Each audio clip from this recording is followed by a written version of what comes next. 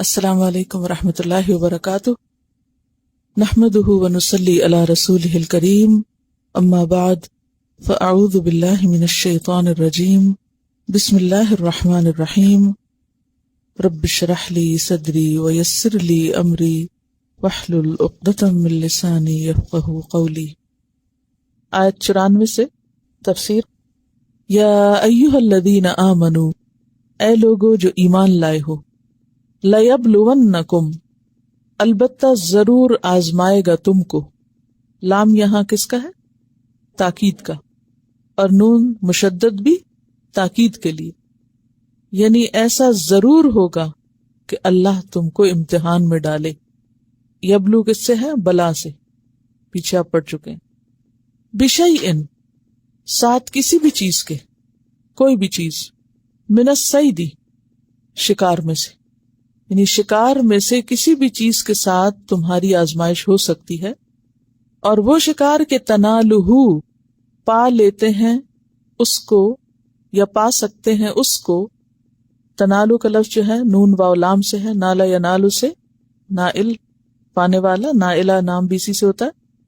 تنالہ، پا لیتے ہیں اس کو، ایدیکم، تمہارے ہاتھ، یعنی جو تمہارے ہاتھوں کی پہنچ میں ہوتا ہے شکار۔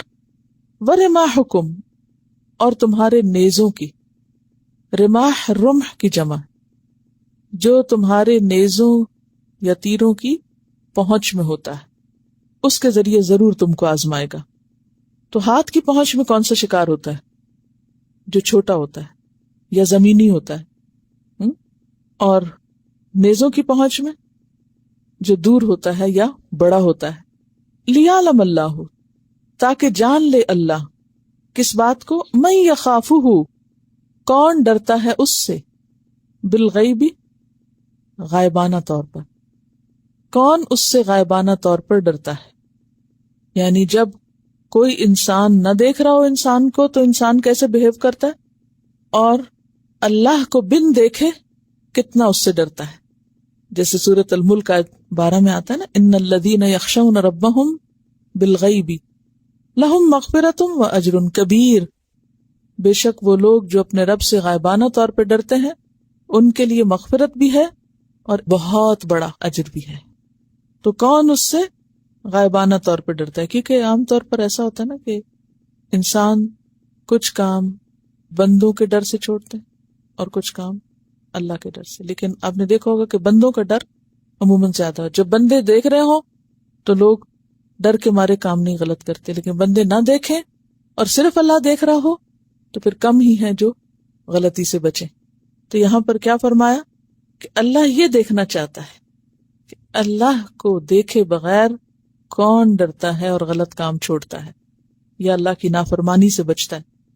فمن اعتدی، تو جس نے زیادتی کی، بعد ذالک، اس کے بعد۔ اعتداء کیا ہوتا ہے؟ حد سے بڑھنا، لمٹ کراس کرنا۔ جو اس کے بعد حد سے بڑھے، فَلَهُ عَذَابٌ أَلِيمٌ، تو اس کے لیے دردناک عذاب ہے۔ روایات میں آتا ہے کہ مسلمان جب حدیبیہ کے سفر میں جا رہے تھے اور حالت احرام میں تھے تو اس وقت کثیر تعداد میں جانور جن کو شکار کیا جا سکتا تھا وہ ان کے آس پاس تھے، اور اتنے قریب تھے کہ ہاتھ سے پکڑ لیے جائیں، اور نیزوں کی زد میں تھے، یعنی بہت دور نہیں تھے۔ اور اہل عرب شکار میں بہت دلچسپی رکھتے تھے، بہت شوقین تھے، تو اس وقت روک دیا گیا کہ نہیں، تم شکار نہیں پکڑ سکتے۔ اب آپ دیکھیے کہ کوئی بھی ایسی چیز جس کے کرنے پہ انسان قادر ہو، جو اس کے بس میں ہو، جو اس کے کنٹرول میں ہو، اس سے رکنا یہ بہت بڑی نیکی ہے۔ اور دیکھا جائے تو عام روزمرہ زندگی میں ہم سب کا یہی امتحان ہے کہ اللہ تعالیٰ نے ایک طرف ہمیں آزادی دی، غلط کام کرنے یا اچھا کام کرنے کی چھٹی ہے، جو چاہے اچھا کرے، جو چاہے نہ کرے۔ من شاء منکم فلیؤمن ومن شاء فلیکفر، اور پھر خلق الموت والحیات لیبلوکم ایکم احسن عملا، زندگی موت بنائی اس لیے کہ دیکھے، امتحان لے کہ تم میں اچھے کام کون کرتا ہے۔ تو بعض اوقات اللہ تعالیٰ انسان کو بہت سی سہولتیں، آزادی، خود مختاری وسائل، ریسورسز اس لیے دیتا ہے کہ وہ دیکھے کہ انسان اب کرتا کیا ہے، انسان کو آزمانے کے لیے۔ اب آپ دیکھیے کہ عام طور پر شکار کم نظر آتا ہے، لیکن صحابہ کرام کو اس موقع پر اس سفر میں کثرت سے شکار ملا، لیکن ہاتھ روک دیے گئے۔ اب آپ دیکھیے کہ بنی اسرائیل کو بھی آزمایا گیا تھا سبت کے دن، تو انہوں نے کیا کیا؟ ہیلا سازی کی، جمعے کی رات جال ڈال کے اور اتوار کے دن نکال لیا اور کہا کہ ہم اللہ کا حکم مان رہے ہیں۔ لیکن صحابہ کرام انہوں نے کیا کیا؟ کوئی ایک رپورٹ بھی نہیں ملتی کہ کچھ لوگوں نے حد توڑ کے اللہ کا حکم چھوڑ کے اور شکار پکڑ لیا۔ ہم سب کو اپنا جائزہ لینے کی ضرورت ہے کہ جب ہمارے لیے کسی برائی یا کسی غلط کام کے مواقع عام ہوں، کھلے ہوں، کوئی پوچھنے والا نہ ہو، کوئی دیکھنے والا نہ ہو، کوئی کچھ کہنے والا نہ ہو، تو ہم کیا کرتے ہیں؟ مثلا آپ لوگوں کو تو یہاں جب آپ پرچہ کرتے ہیں تو بہت سے لوگ دیکھ رہے ہوتے ہیں، اکٹھے بیٹھے ہیں، ایک دوسرے کو بھی دیکھ رہے ہوتے ہیں، پھر آپ کی انویجیلیشن بھی ہو رہی ہوتی۔ لیکن جو لوگ آن لائن پڑھتے ہیں وہ تو اپنے گھر میں کرتے ہیں، کوئی نہیں دیکھتا سوائے اللہ کے، تو ان کا دوہرا امتحان ہوتا ہے۔ آپ لوگ بھی امتحان دیتے ہیں، وہ دگنا امتحان دیتے ہیں۔ ایک امتحان کس کا ہے؟ پارے کا، اور دوسرا نفس کا۔ مَن یخافہ بالغیب، کون ہے جب انسان نہ دیکھیں تو وہ صرف اللہ کے ڈر سے رک جائے خیانت سے۔ تو یہ امتحان ہر ایک کا ہے، ایسے تمام مواقع پر کہ جب ہمارے پاس چھٹی ہے، گنجائش ہے، رخصت ہے، اور پھر ہم صرف اللہ کے ڈر سے بچ جائیں۔ تو عموماً امتحان کہاں ہوتا ہے؟ جہاں گناہ آسان ہوتا ہے۔ کچھ لوگوں کے لیے تو گناہ مشکل ہوتا ہے نا، کیونکہ ان کو بہت سارے لوگ دیکھنے والے ہیں، وہ پبلک میں ہیں، وہ چیک کیے جا رہے ہیں، تو وہ پھر سوچ سمجھ کے قدم اٹھاتے ہیں کہ اگر ہم نے غلطی کی تو لوگ ہمیں نہیں چھوڑیں گے، لوگوں کے ڈر سے بچے ہوئے۔ حالانکہ لوگوں کے ڈر سے بچنا کوئی نیکی نہیں ہے، وہ تو لوگوں کا خوف ہے نا۔ اصل نیکی کیا ہے؟ کہ انسان اللہ سے ڈر۔ اب آپ دیکھیے اس میں ایک بہترین مثال ہے حضرت یوسف علیہ السلام کی۔ یوسف علیہ السلام مصر میں جس کے گھر رہ رہے ہیں، عزیز مصر کے گھر ہیں، اور عزیز مصر کی بیوی آپ کے پیچھے ہاتھ دھو کے پڑ جاتی، اور اتنی پیچھے پڑتی کہ قرآن بیان کرتا ہے قد شغفہا حبا، کہ اس کے دل کی گہرائیوں میں یوسف علیہ السلام کی محبت گھر کر گئی تھی، اور اسی وجہ سے اس نے یوسف علیہ السلام کو برائی کی دعوت دی۔ اور پھر غلقت الابواب، ایک دروازہ نہیں کئی دروازے بند کیے، گھر کا باہر کا دروازہ، اندر کا دروازہ، اس سے آگے تفسیروں میں آتا ہے کہ شاید 7 دروازے تھے، اتنا اندر جہاں کوئی نہیں دیکھتا تھا۔ اور پھر آپ خود سوچیں کہ عزیز مصر کی بیوی کو عام عورت نہیں تھی، ظاہر ہے کہ اس کا ایک سٹیٹس تھا معاشرے میں، اور بھی دنیاوی رونق تھی، سب کچھ تھا، اور پھر اوپر سے وہ یوسف علیہ السلام کو دھمکی بھی دے رہی ہے کہ اگر تم نے میری بات نہ مانی تو میں تمہیں جیل میں بند کرا دوں۔ ایک طرف اپنی محبت کے دعوے کر کے پھسلا رہی ہے، اور دوسری طرف دھمکی دے رہی ہے۔ اس سے سخت امتحان کیا ہو سکتا ہے کہ دنیا سامنے کھلی پڑی ہو اور پھر وہ کہیں کہ یا رب تو مجھے بچا لے۔ یہ ہے اصل بچنا۔ اور اس وقت وہ کیا کہتے ہیں کہ اگر تو نے مجھے نہ بچایا تو میں اس مشکل میں پڑ جاؤں گا،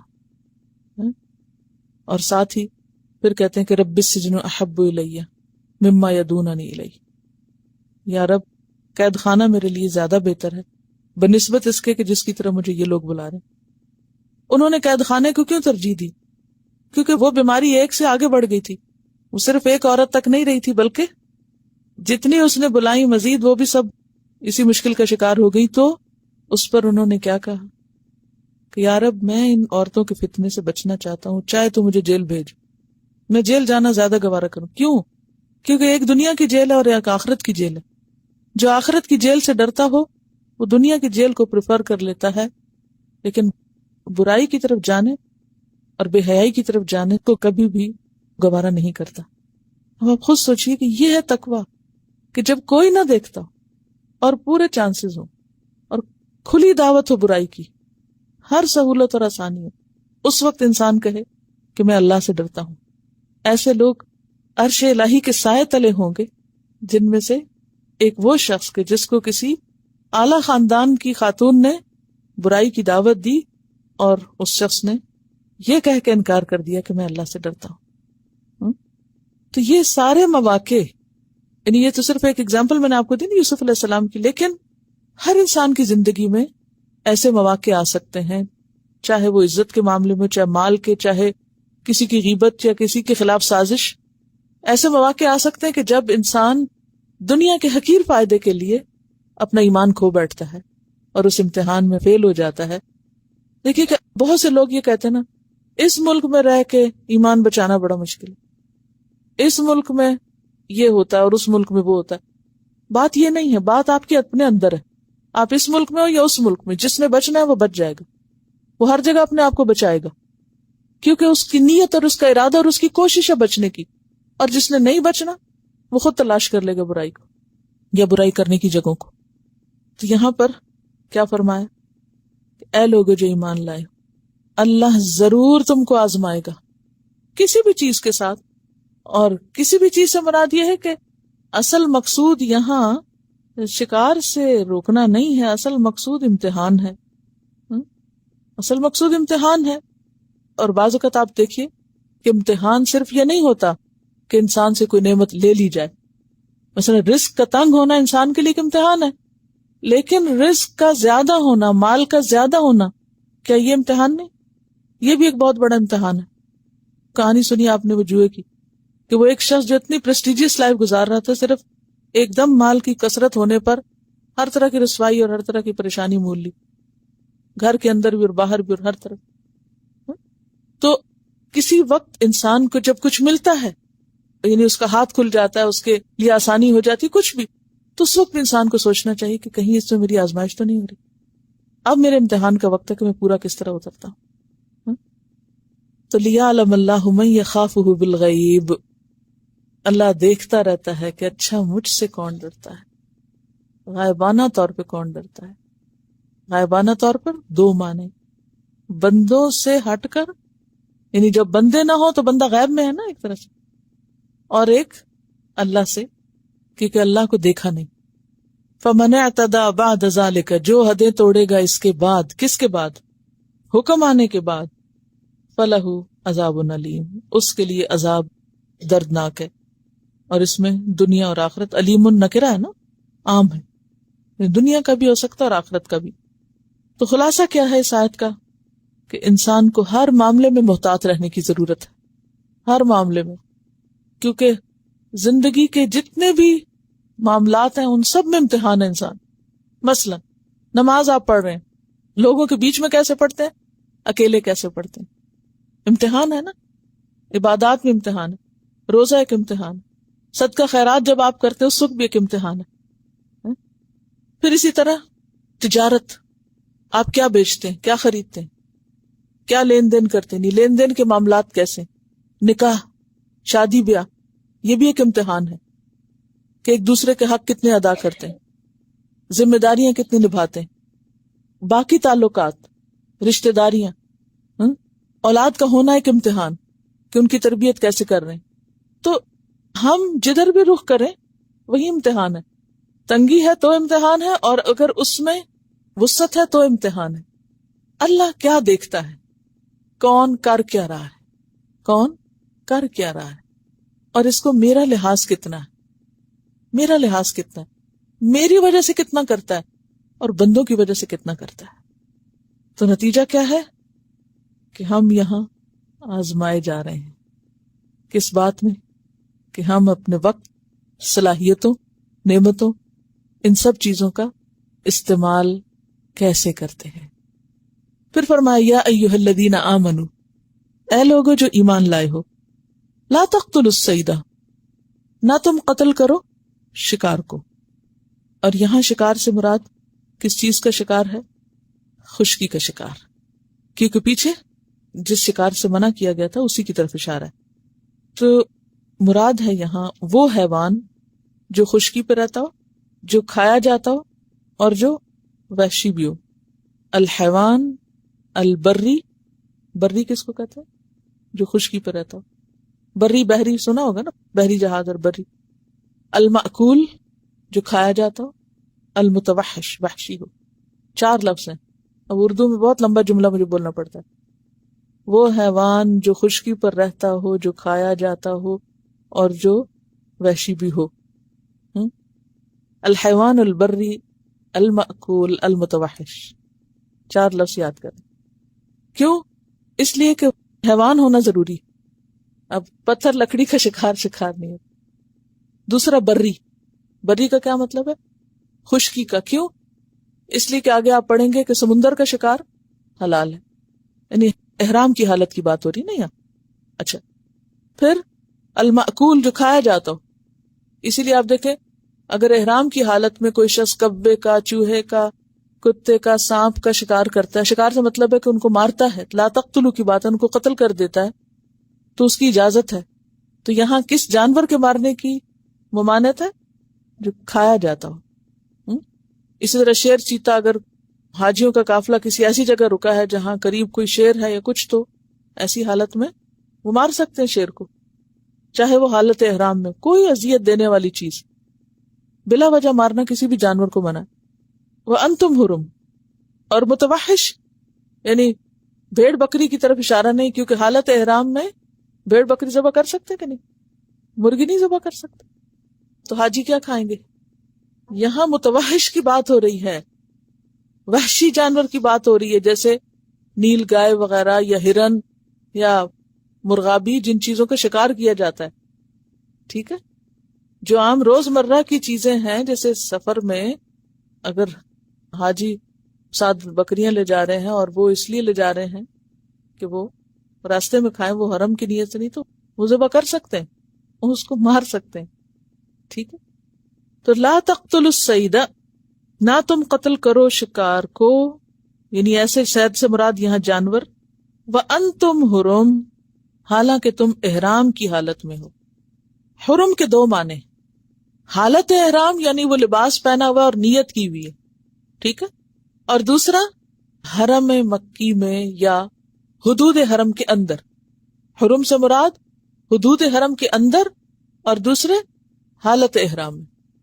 اچھا، بعض اوقات ایسا ہوتا ہے کہ آپ حالت احرام میں ہیں لیکن ابھی حدود کے اندر داخل نہیں ہوئے، آپ نے نیت کر لی. بعض اوقات جہاز میں آپ جاتے ہیں عمرہ کرنے تو کیا کرتے ہیں؟ احتیاطاً پہلے سے، حالانکہ جب حدود آئے تو پھر ہی کرتے ہیں نا. لیکن اسی طرح یہ ہے کہ مینا میں آپ تحلل اول جب کر لیتے ہیں، تحلل ثانی نہیں ہو، تب بھی حالت احرام ہے. تو کیا ہو، حالت احرام میں تم شکار نہ کرو، سمپلی یہ مانا. ومن قتلہ منکم، اور جس نے اس کو قتل کر دیا تم میں سے. تم کون؟ یا ایھا الذین آمنوا، اہل ایمان میں سے جو احرام کی حالت میں ہیں، حاجی یا عمرے کے کرنے والے. متعمدن، جان بوجھ کر. جان بوجھ کر کا کیا مطلب ہے؟ یعنی اپنی انٹینشن کے ساتھ. ایک ہوتا نا بھول جانا کہ اوہ میں تو احرام میں تھا، مجھے تو یاد ہی نہیں رہا. یا یہ ہے کہ انسان کسی اور چیز کی طرف کچھ پھینک رہا تھا، وہ لگ گیا کسی شکار کو، وہ تو خطا ہے نا. تو خطا کی بات تو اور ہے، لیکن جان بوجھ کر نیت اور ارادے سے اس نے شکار کیا، فجزاء، تو بدلہ ہے. مثل، مانند، ما قتل، جو اس نے قتل کیا، من النعم، مویشی جانوروں میں سے. یعنی پھر اس کو کفارہ دینا ہوگا. کس طرح؟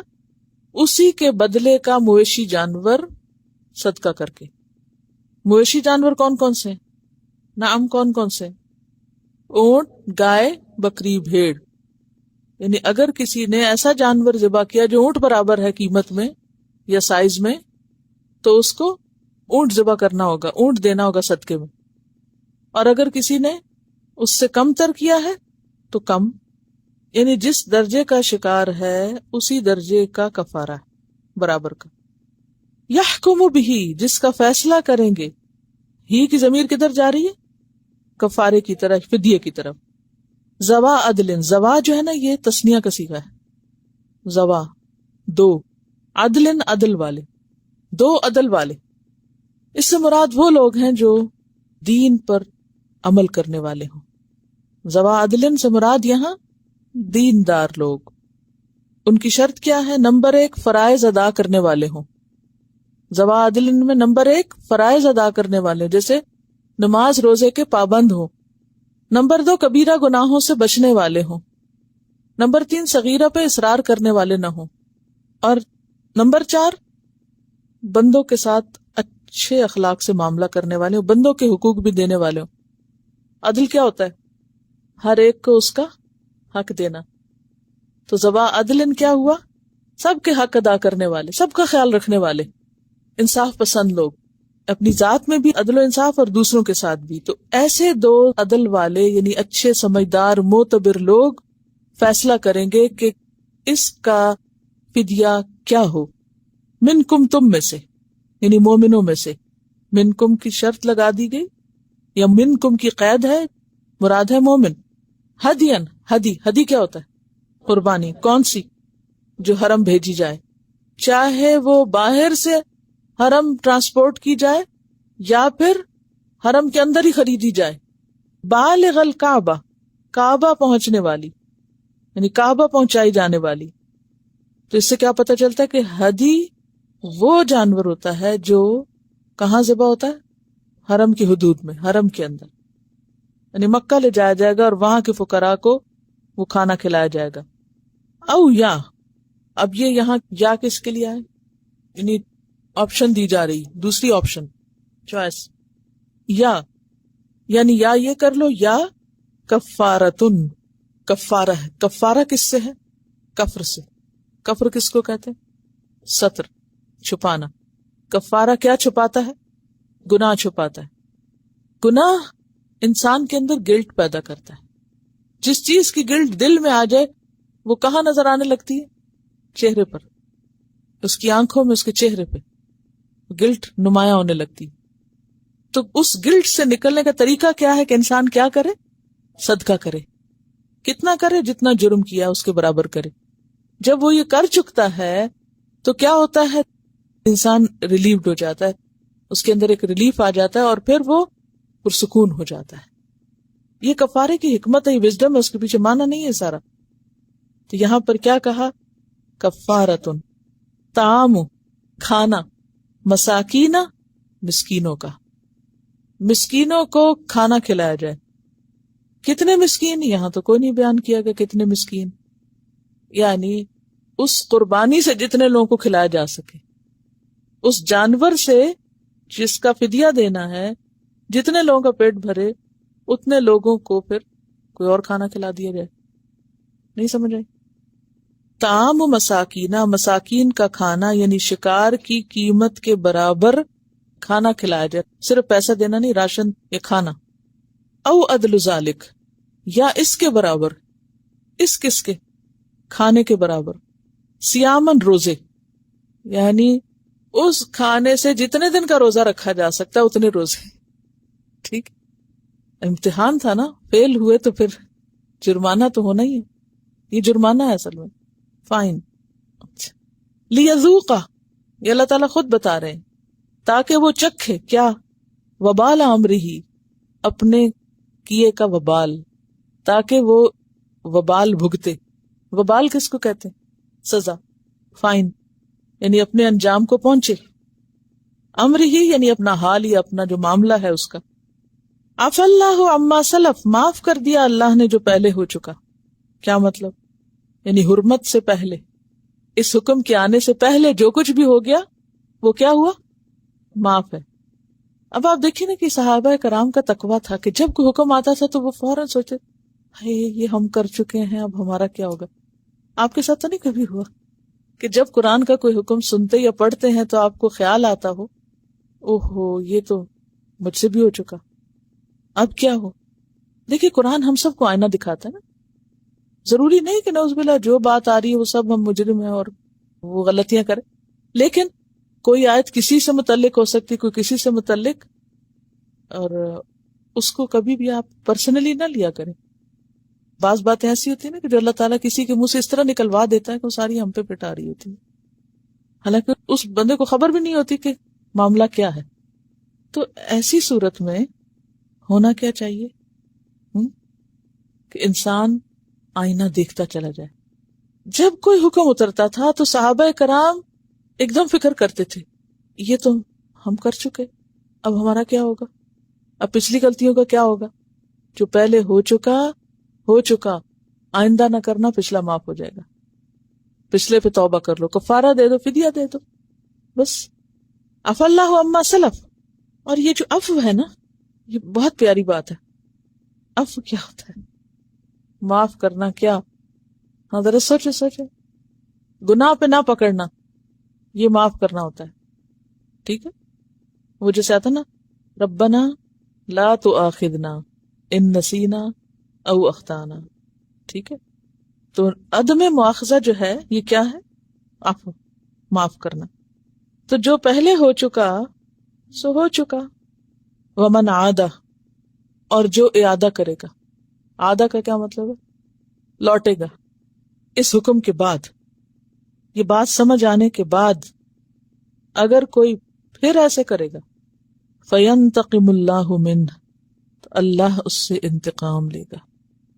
انتقام کا کیا مطلب ہوتا ہے؟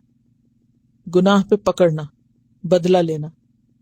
واللہ عزیز، اور اللہ زبردست ہے. ذو انتقام، انتقام لینے والا ہے. سوال یہ پیدا ہوتا ہے کہ اتنا سخت حکم کیوں ہے؟ یعنی جو شکار پکڑے گا حالت احرام میں، اللہ اس کو پکڑے گا. حالانکہ اگر دیکھا جائے تو شکار ہی ہے نا، لیکن وہ جانور جو اللہ نے حلال کیا ہے، جیسے روزے میں حلال چیز نہیں کھا سکتے، اسی طرح احرام کی حالت میں شکار نہیں پکڑ سکتے. خواہ وہ حلال ہے، اس کا پکڑنا یہ جائز ہے. پیچھے کیا کہا تھا؟ کھاؤ شکار. اور یہاں نہیں کھا سکتے، نہیں پکڑ سکتے. کیوں؟ امتحان ہے اللہ کی طرف سے، ایک بس حد ہے. ضروری نہیں کہ اس میں کوئی نقصان ہے، لیکن حکمت یہ سمجھ آتی ہے. وہ کیا؟ کہ جب انسان ایک خاص یونیفارم میں آ جاتا ہے تو اس کی کچھ رسپانسبلٹیز بھی ہوتی، اس کو رسپیکٹ بھی دینی ہوتی. یونیفارم کی ایک رسپیکٹ ہوتی ہے نا، تو احرام کے کپڑے کی کوئی رسپیکٹ ہے یا نہیں؟ ہے نا. کہ ایک شخص احرام پہنے ہوئے ہو اور وہ شکار کے پیچھے بھاگ رہا ہو، وہ لگے گا کیسے؟ احرام پہنے ہوئے شخص سے آپ کیا ایکسپیکٹ کرتے ہیں کہ وہ کیا کرے؟ وہ متوجہ ہو جائے اللہ کی طرف. اور شکار کیا؟ لہو، کھیل کود ہے. کھیل بھی ہے نا. شکار دو وجہ سے کیا جاتا ہے. نمبر ایک، کچھ لوگ صرف شکار کرتے، کھانے پینے سے کوئی دلچسپی نہیں ہوتی، صرف شوق، صرف ایک گیم. ان کے نزدیک شکار ایک تفریح ہے، انٹرٹینمنٹ ہے، بس اس کو کھانے پینے سے کوئی شوق نہیں. نمبر دو، ضرورت. اب آپ دیکھیے کہ عرب جو تھے وہ شکار کے بے حد شوقین تھے، اور کوئی بھی شخص جو شکار کا شوقین ہو، جب اس کو شکار نظر آ جائے تو وہ بھول جاتا ہے کس کو؟ گرمی ہے کہ سردی ہے، کہ اس نے پہنا ہوا کیا ہے، کہ اس کا حال کیا ہے، اور جگہ کون سی ہے، اور لوگ کون ہیں. اس کو آپ شاید نہ سمجھ سکیں کیونکہ آپ میں سے کسی کو ہو سکتا ہے شکار کا کوئی شوق نہ ہو یا نہ رہا. لیکن اگر جانوروں کے شکار کا شوق نہیں بھی تو کچھ اور چیزوں کے شکار کا شوق ہو سکتا ہے. ہر انسان کی کچھ ہابیز ہوتی ہیں، یعنی ہر وہ چیز جس کے کرنے کا آپ کو شوق ہو، یعنی جو آپ کا ایک امبیشن ہو، کریز ہو جس چیز کا، آپ کو چاہت ہو جس چیز کی آپ کو. اچھا آپ کیا کرتے ہیں؟ مثلا بعض لوگ کمپیوٹر سے کیا ہوتے ہیں؟ ایڈکٹڈ ہوتے. کمپیوٹر ان کے سامنے آ جائے وہ بھول جاتے ہیں کس کو؟ ہر چیز کو بھول جائے، کھانا پینا ہر چیز بھول جاتے ہیں. گھنٹوں بٹھائے رکھو آپ انہیں، کچھ نہیں مانگیں گے آپ سے. کچھ لوگ ٹیلی ویژن کے ایڈکٹ ہوتے ہیں. پیچھے ایڈکشن کی بات ہے نا، اس کے فوراً بعد شکار کی، کیونکہ شکار بھی ایک کائنڈ آف ایڈکشن ہو جاتا ہے. تو اس میں آپ دیکھیں کہ جیسے چھوٹے بچے ہوتے ہیں نا، تو ان کو کوئی کھیل اچھی لگتی ہے. اب تو وہ ڈیجیٹل گیمز ہیں، یا اور وہ نہیں پرواہ کرتے بڑے ہیں یا چھوٹے ہیں، مسجد ہے کہ گھر ہے کہ گاڑی ہے کہ کہاں اور کہاں نہیں، جہاں ان کو دیکھو وہ ٹک ٹک کر رہے ہوں گے. ہر جگہ جیب سے موبائل نکالا اور کھیلنے بیٹھ گئے. کچھ لوگوں کو فون کی عادت ہوتی ہے، وہ جہاں فون دیکھ لیں، چاہے اپنا گھر ہو یا کسی کا، ان کا نشہ ہی نہیں پورا تھا جب تک فون نہ کر لیں. یہ نہیں کہ مختلف. اب آپ میں سے اگر کسی کو تو معاف کر دیجیے مجھے، میرا کوئی مقصد نہیں کسی کی ذات پہ بات کرنے کا، لیکن سمجھانا مطلوب ہے کہ یہ اتنی بڑی بات کس لیے کی جا رہی ہے، اتنی سختی سے کیوں روکا جا رہا ہے نا، کہ جو نہیں باز آیا اس سے اللہ انتقام لے گا. حالانکہ شکار ہے، حلال جائز کام ہے جو صرف احرام کے احترام میں منع کیا جا رہا ہے. تو بات یہ ہے کہ انسان جب ایک خاص یونیفارم میں ہوتا ہے، ایک خاص مشن پہ ہوتا ہے، تو اس کے رویے سے، اس حالت سے، اس مقصد کا جو شوق ہے وہ عیاں ہونا چاہیے. یہ بالکل ایسے ہی کہ جیسے بعض لوگ حجاب پہن کے سڑکوں پہ بھاگنا شروع کر دیتے ہیں. بعض لوگوں کو ہوتا ہے نا کہ بھاگنے دوڑنے کی عادت ہوتی ہے، تو ان کو بھول جاتا ہے کہ وہ اب ایک خاص لباس میں ہے اور اس لباس کا ایک احترام ہے، وہ ریپرزینٹ کر رہے ہیں کسی چیز کو. اب ان کو ذرا دھیان رکھنا چاہیے کہ وہ کہاں جا رہے ہیں. کہ جب آپ عام لوگوں کے لباس میں تو کوئی آپ کو نہیں دیکھتا کہ آپ کیا کر رہے ہیں اور کیا نہیں کر رہے، لیکن اگر آپ حجاب پہنے ہوئے اور اپنے بچوں پہ سڑک پہ کھڑے ہو کے چلا رہے ہیں اور ساتھ سے نان مسلم گزر رہے ہیں، تو کیا کہیں گے کہ یہ ایک مسلم لیڈی ہے جو اپنے بچوں کے ساتھ یہ معاملہ کرتی. وہ ایک منٹ میں آپ کے اسلام کا نقشہ لے کے چلا جائے گا، آپ کی تبلیغ ہو جائے گی. وہیں آپ عبایا پہن کے واک تو کر لیں مگر جاگنگ سے پرہیز کریں کہ بہرحال اس میں ایک فرق ہو جاتا ہے. دیکھیے جگہ جگہ کا بھی فرق ہو جائے گا. یہاں اسی لیے حالت احرام دو طرح ہے، ایک جگہ بھی ہے اور ایک لباس بھی ہے. تو صرف لباس نہیں، جگہ کا بھی ہے. اگر آپ کسی ایسی جگہ ہے کہ جہاں سب لیڈیز ہیں اور کھیل کود ہے تو کھیل بھی سکتے ہیں، اس سے منع نہیں کہ ایک دفعہ حجاب پہن لیا کھیلنا منع ہو گیا، لیکن اب پھر وہ سڑکوں پہ بھاگنا دوڑنا جو ہے وہ کم کرنا پڑے گا. اچھا، اسی طرح یہ ہے کہ دوسرا ہے حدود حرم، خاص باؤنڈریز. اور یہ ساری ایک ٹریننگ ہے کہ مومن اس کی کچھ حدود ہیں. یہ حصی باؤنڈریز ہے نا. حصی کا کیا مطلب؟ وہ لائن لگا دی گئی، نظر آ رہی ہیں آپ کو، لباس نظر آ رہا ہے، لیکن کچھ باؤنڈریز حصی نہیں، مانوی ہیں. کچھ لمیٹیشنز ہیں آپ کی، تو ان لمیٹیشنز میں آنے کے بعد آپ کو کیا کرنا ہے؟ احترام کرنا ہے ان کا، کہ یہ اللہ کی حدود ہے، ان کے قریب نہیں جانا، ان کو توڑنا نہیں. پیچھے جو گزرا ہے فمن اعتدی، یہ حدیں توڑنے کی بات ہے. تو پھر یہاں بھی جو حدیں توڑے گا اللہ اس سے انتقام لے گا، اللہ اس کو پکڑے گا. یعنی سیلف کنٹرول کی ٹریننگ ہے کہ چیز سامنے رکھی ہے، لیکن آپ کو اپنے نفس پر اتنا کنٹرول ہے کہ کوئی آپ کو کتنا بھی لالچ دے آپ اس کے قریب جانے والے نہیں، کیونکہ آپ کو پتا ہے آپ کے رب کو پسند نہیں. تو جب ایک بات فیصلہ ہوگی تو پھر اس سے کیا فرق پڑتا ہے؟ کیونکہ مومن کی زندگی باصول زندگی ہوتی ہے، ایک ڈسپلن کی زندگی ہوتی، اور کچھ حدود پر رکنے کی زندگی ہے. نماز ڈسپلن سکھاتی ہے، حرم کا سفر ڈسپلن سکھاتا ہے، لباس آپ کو ڈسپلن سکھاتا ہے. تو یہ اسلامک ویلیوز ہیں. ان ویلیوز کو آنر دینا جو ہے وہ بہت ضروری ہے، یہ مسلمان کی پہچان ہے. پھر فرمایا احل لکم، حلال کیا گیا تمہارے لیے، صید البحر، سمندر کا شکار. سمندر کا شکار حلال ہے. اور سمندر کا شکار کون سا ہے؟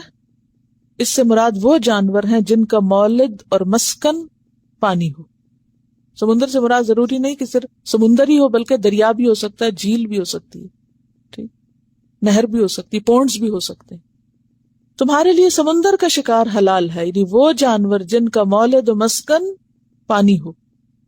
رہے وہ جانور جو کبھی خشکی پہ ہو کبھی پانی پہ ہو، جیسے مرغابی، تو اس کو نہیں آپ شکار کر سکتے. تو احل لکم، تمہارے لیے حلال کیا گیا، یعنی وہ لوگ جو کسی شہر میں رہتے ہوں اور پھر وہاں پر ایسی سہولت موجود ہو اور وہ حالت احرام میں ہو، کر سکتے ہیں. وطعامہ، اور اس کا کھانا. اچھا، ایک ہے صید اور ایک ہے کھانا. صید کیا ہے؟ جو سمندر کے اندر ہو، جو زندہ پکڑا جائے. جیسے مچھلی آپ کیسے پکڑتے ہیں؟ زندہ پکڑتے ہیں نا، تیر مار کے پہلے اس کو کچھ کرتے تھے، نہیں، زندہ پکڑتے تھے. یہ صید ہے، صید البحر ہے. اور طعام کیا ہے؟ جو مردہ پکڑے. کیسے؟ جیسے سمندر کے کنارے آپ نے دیکھا ہوگا بعض اوقات زور کی لہر آتی ہے تو بڑی بڑی مچھلیاں خشکی پہ آ جاتی ہیں. اچھا، لہر تو تیزی سے واپس چلی جاتی ہے، مچھلیاں بعض اوقات اتنی تیزی سے واپس نہیں جا سکتی. اب کیا ہوتا ہے؟ وہ وہیں اٹک جاتی، وہیں مر جاتی ہیں. اب کوئی اور آیا تو وہ کیا کرتا ہے؟ آپ کو معلوم ہے کہ جب سونامی آیا تھا تو اس وقت پہلے مرحلے میں کیا ہوا تھا کہ سمندر نے جگہ چھوڑ دی تھی اور پانی ایک دم گہرائی میں جانے لگا تھا اور کناروں پہ بہت سی مچھلیاں رہ گئی تھی. اور ایک جگہ میں نے پڑھا تھا کہ بہت سے لوگ ان مچھلیوں کو پکڑنے کے لیے دوڑے اور دوسرا حلہ آیا تو وہ بھی بہہ گئے اور مچھلیاں بھی بہہ گئی. تو بعض اوقات ایسا ہوتا ہے کہ مچھلیاں جو ہیں وہ رہ جاتی ہیں کنارے پر، جیسے حضرت ابو عبیدہ رضی اللہ تعالیٰ عنہ کی سرکردگی میں ایک 300 صحابہ پر مشتمل لشکر جو تھا وہ ایک مہم پہ بھیجا گیا، اور ان کے پاس بہت تھوڑا زیادہ راہ تھا، تو ان کو ایک ایک کھجور روز ملتی تھی، پھر وہ بھی ختم ہو گئی، بالکل خالی ہو گئے۔ تو راستے میں ایک جگہ پر اللہ تعالیٰ نے ان کے لیے کیا خوراک کا انتظام کیا کہ ایک مچھلی تھی، بہت بڑی مچھلی تھی، جس کو 18 دن ان لوگوں نے کھایا، اور بعد میں جب کھڑا کیا گیا اس کی پسلیوں کو تو اس کے نیچے سے اونٹ بھی گزر گیا، یعنی اتنی بڑی اور یہ مچھلی وہ انہوں نے خود تھوڑی پکڑی تھی، یہ کیا تھا، کنارے پہ پڑی ملی تھی۔ تو وہ شکار جو زندہ نہ پکڑا جائے بلکہ کنارے پہ رہ جائے یا پھر دریا خود باہر پھینک دے، وہ کھانا حلال ہے۔ بنیادی طور پر سمندر کا جو مردار ہے وہ بھی حلال ہوتا ہے، یہ مراد ہے۔ متاع لکم، تمہارے فائدے کے لیے، تم کون؟ جو کسی شہر میں رہ رہے ہو، وللسیارہ، اور مسافروں کے لیے بھی، سب کے لیے جائز ہے۔ سیارہ سیر سے، چلنے پھرنے والے۔ وحرم علیکم، اور حرام کر دیا گیا تم پر، صید البر، خشکی کا شکار، ما دمتم حرما، جب تک تم حالت احرام میں ہو، جب تک حالت احرام میں ہو، یعنی تحلل ثانی تک، یعنی سارے مناسک پورے کرنے تک۔ واتقوا اللہ، اور اللہ سے ڈرو، الذی، وہ ذات، الیہ تحشرون، جس کی طرف تم اکٹھے کیے جاؤ گے۔ تو اس سے کیا پتہ چلتا ہے کہ ہم کس کی طرف سب جمع ہوں گے؟ اللہ کی طرف، کسی اور کی طرف نہیں۔ جیسے قرآن پاک میں آتا نا، ان الینا ایابہم ثم ان علینا حسابہم، ہمارے طرف ہے ان کا لوٹنا اور ہمارے ذمہ ہے ان کا حساب لینا، یعنی آخرت کے عذاب سے ڈرو، یہ مراد ہے۔ کیونکہ کب حشر ہوگا؟ قیامت کے دن۔ پھر فرمایا جعل اللہ الکعبۃ، بنا دیا اللہ نے کعبہ کو۔ کعبہ کیا ہے؟ اللہ کا گھر، بیت اللہ شریف، ٹھیک ہے۔ کعبہ کا لفظ کس سے نکلا ہے؟ کعب سے، اور کعب کس کو کہتے ہیں؟ ابری ہوئی چیز کو۔ تو وہ مربع گھر، کمرہ، جس کے ساتھ حتیم کی باؤنڈری بھی ہے۔ تو اللہ نے کعبہ کو بنا دیا، البیت الحرام، حرمت والا گھر۔ یہاں کعبہ کی تعظیم بیان کی جا رہی ہے۔ اب آپ دیکھیے کہ کمرے تو دنیا میں بہت سے ہیں، گھر بھی بہت سے ہیں کہ نہیں، لیکن ایک گھر کو اللہ نے عزت والا بنا دیا۔ تو اللہ جو چاہے کرے، جس جگہ کو چاہے عزت دے دے، اور جس انسان کو چاہے دے دے۔ وَتُعِزُّ مَن تَشَاءُ وَتُذِلُّ مَن تَشَاءُ، اور کیا کرے؟ وَتُؤْتِي الْمُلْكَ مَن تَشَاءُ وَتَنزِعُ الْمُلْكَ مِمَّن تَشَاءُ۔ اچھا، پھر اسی طرح انبیاء میں سے بعض کو اس نے بعض میں فضیلت دی، تِلْكَ الرُّسُلُ فَضَّلْنَا بَعْضَهُمْ عَلَى بَعْضٍ، اور پھر ایک اور جگہ آتا وَلَقَدْ فَضَّلْنَا بَعْضَ النَّبِيِّينَ عَلَى بَعْضٍ۔ یہ آپ کو پتہ ہے میں یہ بات کیوں کہہ رہی ہوں بطور خاص؟ ریسنٹلی مجھے کسی نے لکھا کہ آخر لوگ حضور صلی اللہ علیہ وسلم کو اتنی زیادہ کیوں عزت دیتے، سارے رسول اللہ کے بھیجے ہوئے تھے، یہ ایک مسلمان نے کہا۔ تو اس سے مجھے یہ خیال ہوا کہ یہ باتیں بھی بتانا اور ان کی تاکید بھی کتنی ضروری ہے، یہ سمجھانا بھی، کیونکہ کیسے کیسے وسوسے دلوں میں اٹھتے ہیں۔ یہ شیطان ہی ہے نا جو دلوں میں وسوسے ڈالتا ہے۔ تو دیکھیے یہ جو فرق ہے یہ ہر چیز میں ہے، یہ پوری فطرت میں ہے۔ یہ فرق انسانوں کے درمیان فرق ہے یا نہیں؟ مال کے اعتبار سے فرق ہے، رنگ اور شکل کے اعتبار سے فرق ہے، علم کے اعتبار سے فرق ہے، عقل اور ذہانت کے لحاظ سے فرق ہے نا؟ تو یہ کس نے رکھا فرق؟ اللہ نے رکھا ہے۔ پھر اسی طرح پودوں میں آپ دیکھیں، فروٹس میں آپ دیکھیں، کہنے کو انگور انگور ہے لیکن فرق ہے نا؟ یہ نہیں ہوتا، کوالٹی میں فرق ہے نا؟ پھر مختلف سٹورز میں مختلف کوالٹی کا ملتا ہے، اس میں بھی فرق ہے نا؟ سائز میں فرق ہے، رنگ میں فرق ہے، ذائقے میں فرق ہے، اور کس چیز میں فرق ہوتا ہے؟ ہر چیز میں فرق ہے، ہر چیز میں۔ اسی طرح انبیاء میں بھی اللہ نے فرق رکھا ہے، یہ ہم نے نہیں رکھا۔ نبی صلی اللہ علیہ وسلم کو خاتم الرسل ہونے کی وجہ سے جو اعلیٰ مقام دیا گیا، یہ میں نے اور آپ نے نہیں رکھا کہ ہم خود سے خود یہ تصور قائم کر کے بیٹھ گئے، یہ اللہ نے رکھا ہے۔ اب یہ ایک کمرہ ہے، یہ ایک گھر ہے، اینٹ پتھر کا بنا ہوا، اس کو اللہ نے کیا کیا ہے؟ فضیلت دی ہے، احترام بخشا ہے۔ یعنی کہنے کو لاجک تو بڑی زبردست بنتی ہے کہ سارے ہی اللہ کے رسول ہیں، اب ایک کو آپ لوگ کیوں اتنا زیادہ امپورٹنس دیتے ہیں؟ اور یہ تو ایسے ہی جیسے آپ کے سارے بچے ہوں تو آپ ایک کو زیادہ امپورٹنس دے، تو یہ تو پھر زیادتی کی بات ہے۔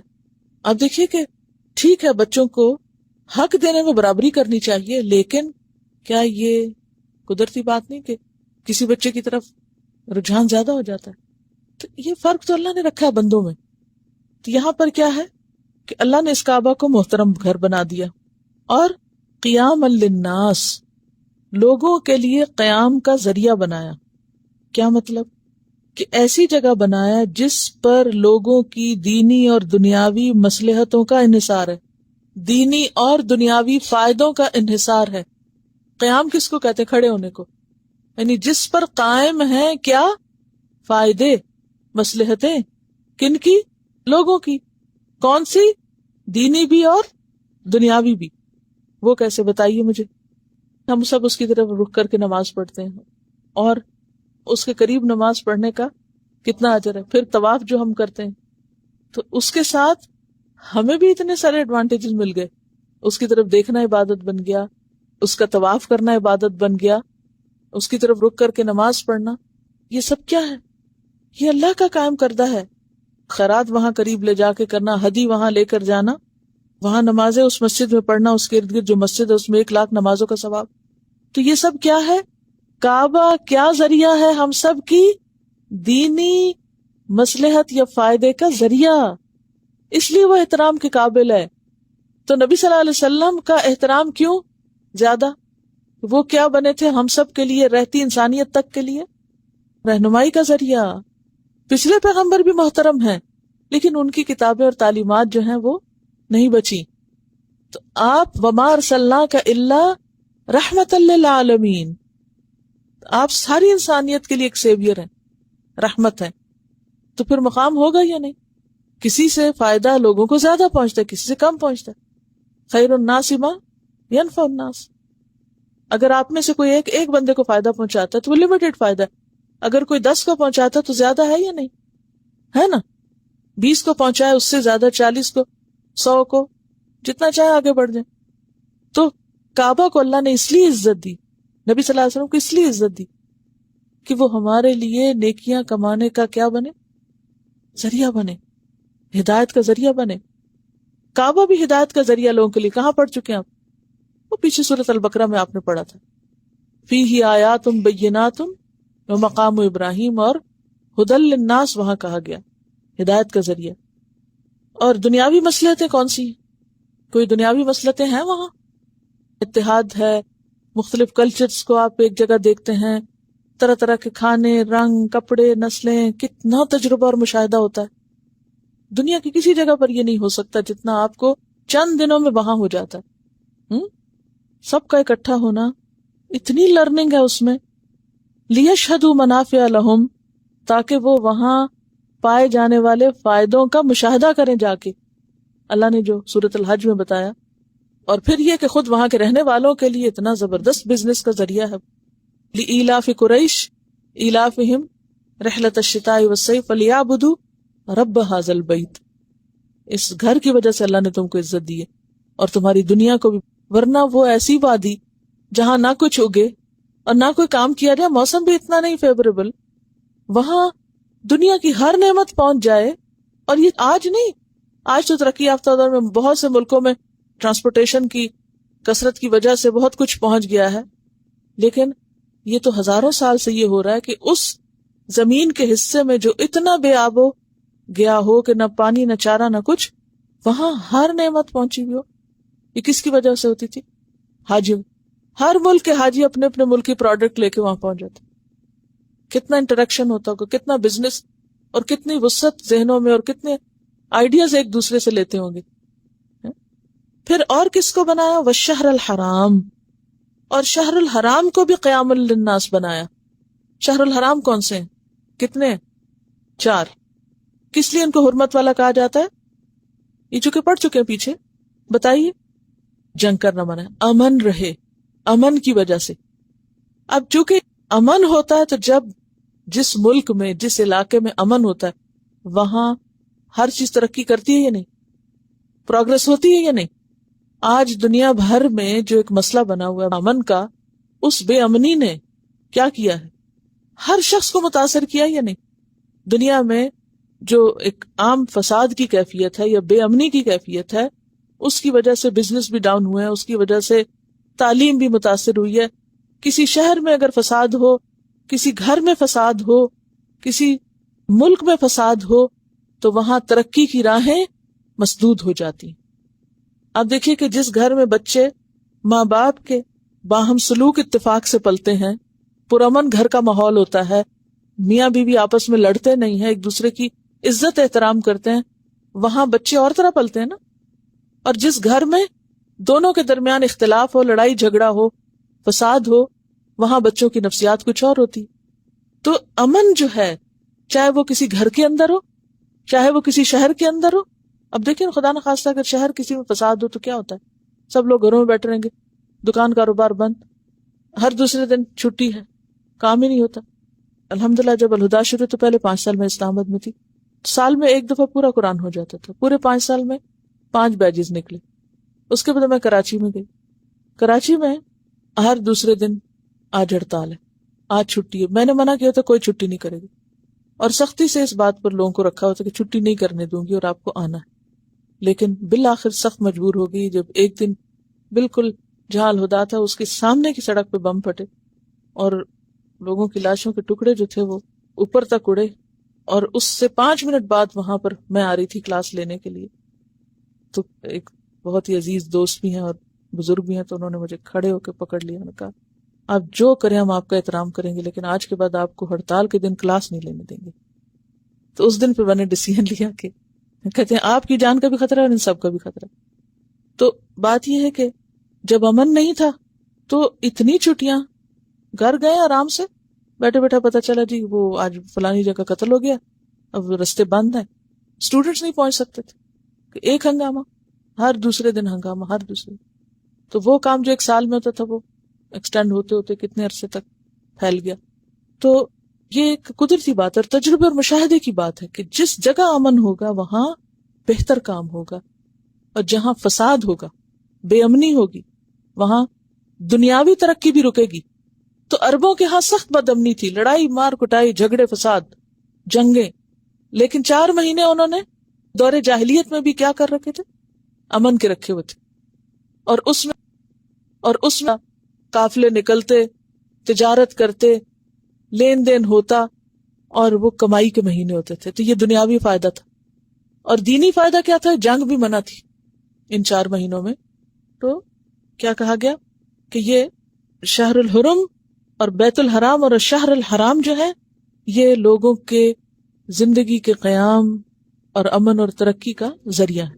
والہدیہ، اور ہدی یعنی قربانی کے جانور بھی تمہارے گزران کے لیے اللہ تعالیٰ نے خاص مصلحت کے تحت احرام کی پابندیوں میں کسی بھی خلاف ورزی پر جو کفارہ ہے جس کو دم کہتے ہیں وہ سب کہاں کرنا ہوتا ہے؟ حرم کے اندر. اب آپ دیکھیں کہ جب ہر قربانی آپ کو وہیں کرنی ہے، حج سے متعلق قربانی بھی کرنی ہے اور دم بھی وہیں دینے ہیں، کتنا گوشت ہوگا پھر وہاں؟ تو گوشت جو ہے ایک بیسک فوڈ ہے، اور اس فوڈ کی وجہ سے ایک لائف ہے، اور یہ دنیاوی مصلحت ہے. اور اس کے علاوہ کھال بال، کتنا بزنس، لانے والے، بیچنے والے، خریدنے والے، یعنی ایک نہیں کئی لوگ اس بزنس میں انوالو ہوتے ہیں. یہ سب کیا ہے؟ دنیاوی قیام کا ذریعہ. اور دینی فائدہ کیا ہے اس میں؟ قربانی کا دینی فائدہ بتائیے. قربانی قرب کا ذریعہ، پڑھنی جو کے پیچھے قربانی کس کا ذریعہ ہے؟ اللہ کے قرب کا ذریعہ. قربانی کا فائدہ کیا ہے؟ ایک ایک بال کے عوض کیا گرتا ہے؟ گناہ. اور قربانی کے جانور انسان کے لیے پلسرات سے گزرنے کا ذریعہ ہوں گے. بہرحال بل قلائد، اور قلائد قلادہ سے ہے. قلادہ کس کو کہتے ہیں؟ گلے کا ہار. اب ہمارے ہاں تو حاجی خود ہی گلے کے ہار پہنتے ہیں یا لوگ پہناتے ہیں آ کے، لیکن اس زمانے میں جانوروں کو پہناتے تھے جس پہ سواری کر کے وہ حج کے لیے جاتے تھے. تو یہ ہار جو پہنتے ہیں یہ بھی، اس کا بھی ایک بزنس پھر ہو جاتا، یعنی وہ بھی ایک بزنس بن گیا. اور اس کے علاوہ وہ سمبل بھی ہے امن کا اور ایک خوشی کا، کہ جب وہ مخصوص علامتوں کے ساتھ قافلے سفر کرتے تھے تو اس سے کیا ہوتا تھا، پتہ چلتا تھا کہ ہاں لوگ آ رہے ہیں۔ اب آپ دیکھیے کہ مکہ میں یا مکہ کے راستوں میں جن جن لوگوں کے بزنس ہوتے ہوں گے وہ کتنے خوش ہوتے ہیں کہ اتنے گاہک آ رہے ہیں۔ تو یہ دنیاوی فائدے ہیں یا نہیں؟ ذالک، یہ سب یعنی یہ حکمتیں کیا ہیں؟ لتعلموا، تاکہ تم جان لو، ان اللہ، کہ بے شک اللہ تعالیٰ یعلم ما فی السماوات و ما فی الارض، جانتا ہے جو آسمانوں اور زمین میں ہے، تاکہ تم جان لو کہ اللہ سب جانتا ہے۔ یہ کیسے؟ تاکہ تم جان لو کہ اللہ سب جانتا ہے۔ کیا مطلب اس بات کا؟ حضرت اس جملے پہ غور کیجیے، تم جان لو کہ اللہ سب جانتا ہے، ان سب چیزوں کے فائدے اللہ کو معلوم ہے اور اللہ تمہیں بھی بتا رہا ہے، اور اللہ تعالی ہر چیز کے پیچھے حکمت جانتا ہے اور اسی پر مبنی اس کے احکامات ہیں۔ یعنی ان چیزوں کا احترام ان کے ذاتی تقدس کی وجہ سے نہیں بلکہ امتحان کے لیے۔ کعبہ کو اگر اللہ تعالیٰ نے حرمت والا بنایا تو اس لیے نہیں کہ وہ جو پتھر اس میں لگا ہوا ہے وہ زیادہ پاک ہے بنسبت اس پتھر کے جو آپ کے گھر پہ لگا ہوا ہے۔ کس وجہ سے ہے؟ اللہ کے حکم کو ہم مانتے ہیں یا نہیں۔ اسی طرح حرام مہینے تو وقت تو وہی ہے جیسے اور وقت ہوتا ہے۔ اسی طرح قربانی کے جانور اس لیے تھوڑی کہ وہ کوئی خاص پاک نسل ہوتی ہے اور باقی جانور جو ہیں وہ نہیں ویسے، یا وہ جو کلادے ہیں۔ ان چیزوں کا تقدس کس لیے ہے؟ امتحان کے لیے، کہ آپ احترام کتنا کرتے ہو۔ وَأَنَّ اللَّهَ بِكُلِّ شَيْءٍ عَلِيمٌ، اور بے شک یا یقیناً اللہ ہر چیز کو خوب جاننے والا ہے۔ یعنی حلال اور حرام کا علم اللہ کے پاس ہے، لہٰذا اس نے جو تمہیں حکم دیا اس کو مانو۔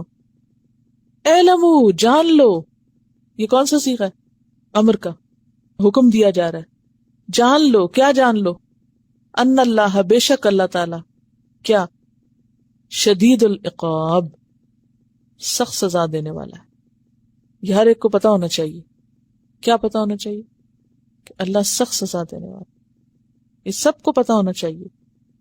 لیکن زیادہ تر لوگ کیا جانتے ہیں؟ اور بے شک اللہ تعالی غفور الرحیم ہے، یہ سب کو پتا ہے، لیکن اللہ تعالیٰ نے یہ نہیں کہا جان لو اللہ غفور الرحیم، یہ کہا جان لو اللہ سخت سزا دینے والا، یہ پتا ہونا چاہیے۔ لیکن کس کے لیے ہے سخت سزا دینے والا؟ جو اس کے حکم کی مخالفت کرے۔ عقاب کس کو کہتے ہیں؟ وہ سزا جو برے عمل کے پیچھے آئے، گناہ کا مواخذہ جو ہے، پکڑ جو ہے۔ وَأَنَّ اللَّهَ غَفُورٌ الرحیم، اور بے شک اللہ تعالی غفور الرحیم ہے۔ غفور بخشنے والا کس کو؟ گناہوں کو، اور رحیم اپنے بندوں پر۔ وہ جیسے ایک آیت میں آتا نبئ عبادی انی انا الغفور الرحیم وان عذابی هو العذاب العلیم، میرے بندوں کو بتا دو کہ میں غفور الرحیم ہوں اور میرا عذاب بھی سخت عذاب ہے، دردناک عذاب ہے۔ ما علی الرسول، نہیں ہے رسول کے ذمہ، کون سے رسول کے؟ محمد صلی اللہ علیہ وسلم کے، الا البلاغ، مگر پہنچانا، کیا؟ پیغام، شابش، کون سا؟ جو بھی آپ تک پہنچا، پیچھے گزر چکا نا، یا ایھا الرسول بلغ ما انزل الیک من ربک فإن لم تفعل فما بلغت رسالتہ۔ تو رسالت کا حق کس طرح ادا ہوگا؟ سارا پیغام دینے میں، جو بھی پہنچا۔ واللہ یعلم، اور اللہ جانتا ہے، ما تبدون، جو تم ظاہر کرتے ہو، وما تکتمون، اور جو تم چھپاتے ہو، سب اللہ کو پتا ہے۔ وَلَقَدْ خَلَقْنَا الْإِنسَانَ وَنَعْلَمُ مَا تُوَسْوِسُ بِهِ نَفْسُهُ، ہم نے انسان کو پیدا کیا اور ہم جانتے ہیں جو بھی اس کے دل میں وسوسے آتے ہیں۔ یعنی اللہ صرف ہمارے ظاہر کو نہیں بلکہ ما تبدون وما تکتمون، جو تم چھپاتے ہو۔ تو خلاصہ کیا ہے کا؟ رسول تو آیا ہی اللہ کا پیغام پہنچانے کے لیے۔ اب اگر تم نے نہیں بات مانی تو اس نے تو اپنا کام کر لیا، وہ تمہارے اعمال کا ذمہ دار نہیں، مخالفت کی پکڑ تمہیں پہ پڑے گی۔ اگلی آیت بہت ہی خوبصورت ہے، قل لا یستوی الخبیث والطیب، کہہ دیجئے نہیں برابر۔ یستوی کس سے نکلا ہے؟ سوا، سوا کس کو کہتے ہیں؟ برابر، ایک جیسا ہونا، نہیں برابر کیا؟ الخبیث والطیب، خبیث اور پاک۔ خبیث کیا ہوتا ہے؟ ناپاک، حرام، ردی، بیکار، اور والطیب اس کا اپوزٹ، پاکیزہ، حلال، عمدہ۔ پاک اور ناپاک ایک جیسے نہیں ہوتے، دونوں برابر نہیں. کیا کیا؟ کون سی چیز؟ انسان یا اعمال یا اشیاء؟ کیا؟ سب، ہر چیز میں اعمال بھی اچھے اور برے برابر نہیں ہو سکتے. مثلا اللہ کا ذکر اور غیبت برابر ہوتے نہیں. اسی طرح اور انسان بھی، مطلب شرک کیا ہے؟ نجاست، انما المشرکون نجس، اور اس کے برعکس ایمان جو ہے وہ اس سے مختلف چیز ہے. اسی طرح اشیاء، کھانے پینے کی اشیاء، مثلا جوس اور شراب فرق ہے. تو خواہ اشخاص ہوں، مثلا ابو جہل اور ابو بکر ایک تھوڑی تھے. قائدون اور مجاہدون برابر نہیں. تو جیسے قرآن پاک میں آتا ہے نا، ام نجعل الذین آمنوا وعملوا الصالحات کالمفسدین فی الارض ام نجعل المتقین کالفجار، کیا ہم ایمان اور نیک عمل کرنے والوں کو ان کے برابر کر دیں گے کالمفسدین فی الارض، فساد کرنے والوں کی طرح، یا ہم متقین کو فاجروں کی طرح کر دیں گے؟ یہ نہیں ہو سکتا. یہ سورۃ صاد آیت 28 تھی.